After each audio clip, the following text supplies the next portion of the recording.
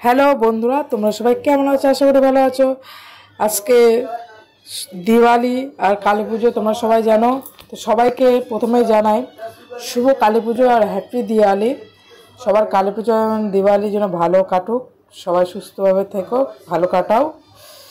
আর আজকে আশা করি সবাই মোমবাতি প্রদীপ ধরিয়েছ। কালকে ভূত চতুর্দশী ছিল, সবাই ধরিয়েছ অনেকেই। আজকেও অনেকে ধরিয়েছ, অনেকে বাজি ফাটাবে। আর আমরাও ফাটানো দেখো শুরু করব। আর এই পাশের বাড়ি ওরা মানে দাদারা ফাটাচ্ছিল, তো ওখানে দেখতে গেছিলাম আমি আর মাম্মা।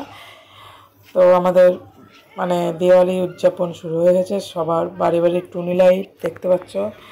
মাম্মাও সেই দেখে খুব আনন্দ মজা পাচ্ছে। আমাদের বাড়ি টুনি লাইট লাগানোতেও মাম্মা খুব মজা পাচ্ছিল, বলছিল কি মজা কি মজা, কত লাইট। আর বাবা যখন বাজি এনেছে সেটা দেখে তো তার আনন্দের শেষ নেই। তার বাবা ছুটি ছিল, বাড়ি ছিল বড়মশাই, তো মোমবাতি ধরাচ্ছে দেখো এক এক করে। এই যে আমাদের বাড়ির টুনি লাইট লাগিয়েছে দেখো। আর তারপরে বাজি দেখে তো আনন্দ, তারপরে তো বাজি ফাটাবে সে। তারপরে মোমবাতি ধরানোর পর দেখছে দেখো চুপ করে বসে। তারপরে বাজি তো যেদিন এনেছে সেই দিনই ফাটানোর জন্য তার আর তর্স হয়েছিল না, কারণ দুদিন আগে এনেছিল বাজিটা কালী পুজোর। তারপরে আলটিমেট সেই সময়টা চলেই আসলো বাজি ফাটানোর। তো তারপরে তো তার আনন্দের শেষ নেই।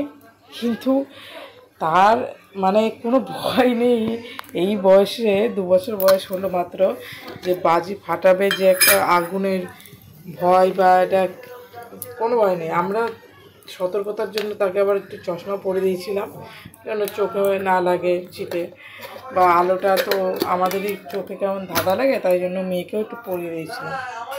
তো তার কোনো ব্যাপার না, সে চশমা খুলে ফেলছে আরও। তার বাবা ভয়ে বলছে পড়ো। বাবা হাতে ধরে মানে প্রথম বাজিটা ধরে দিল, আমিও একটা ধরে দিয়েছিলাম। তারপরে তো সে একাই ফাটাবে, বলছে আমি একাই বাজি ফাটাবো, ছাড়ো ছাড়ো। দেখো তার কোনো ভয় নেই, দেখতে পাচ্ছ এইটুকুনি বাচ্চা একা একা কী সুন্দর বাজি ফাটাচ্ছে, আমরা তো অবাক। তারপরে ওর বাবা ফাটালো, আমি ফাটালাম, এই করে আমরা সবাই মিলে বাজি ফাটাচ্ছিলাম। আর আরেকটা যেটা কথা বলা, অনেক রকমের তারাবাজি এনেছিল, ফুলঝুরি, রং মশাল থেকে শুরু করে জেনারেটার বাজি, তুবড়ি, তারপরে কী বলে ওগুলোকে, চরকি বাজি, অনেক বাজি এনেছিল। তো এইবারই প্রথম কালী পুজোয় মাম্মা হওয়ার পরে এত বাজি ফাটানো হলো। আগেরবারও এনেছিল অল্প, সেবার ভিডিও করা হয়নি।